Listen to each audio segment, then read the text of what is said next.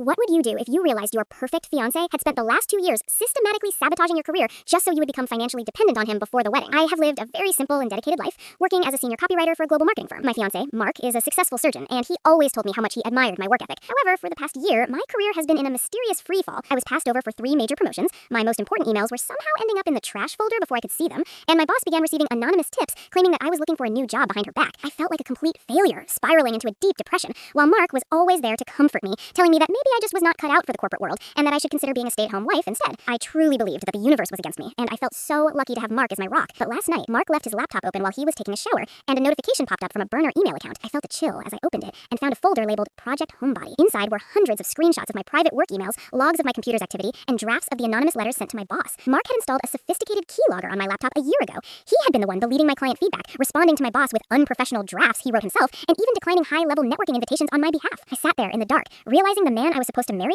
had spent thousands of hours meticulously destroying my reputation and my self-esteem. He did not do it for money. He did it because he wanted total control. He wanted me to believe that I was incompetent so that I would never have the confidence to leave him. He wanted a wife who had no choice but to stay in the house he provided, eating the food he bought, and living the life he dictated. I was not his partner. I was a project he was fixing to suit his own insecurities. I felt a level of cold, sharp clarity, but I cannot describe. I did not scream when he walked out of the bathroom. I didn't even cry. I spent the next 72 hours acting like the same broken woman he thought he had created. I gathered every single piece of digital evidence from his laptop, including the receipts for the spyware he bought. I reached out to my boss and my HR department, showing them the proof that I had been a victim of targeted domestic sabotage. My boss was horrified and immediately offered me my old standing back, realizing that the unprofessional version of me had been a ghost created by Mark. I decided to give Mark the wedding he deserved. Instead of canceling the engagement privately, I waited for our formal engagement dinner where both of our families and all of our colleagues were gathered to celebrate our upcoming nuptials. When it was time for the toasts, I stood up and projected the Project Homebody files on the wall of the restaurant.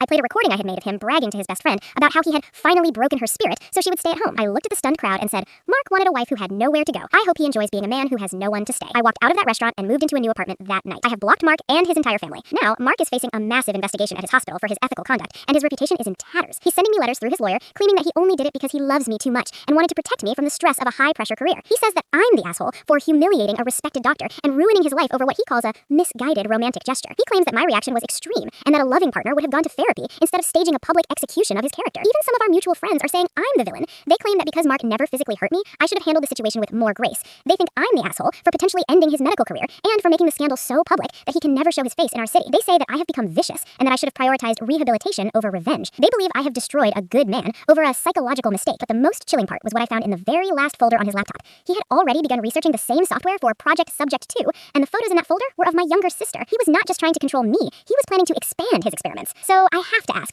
am I the asshole for publicly exposing my fiancé and destroying his career after finding out he spent 2 years sabotaging my life? Or did I just stop a predator from choosing his next victim? Let me know in the comments if I'm the hero or the villain, and hit that subscribe button for more daily stories.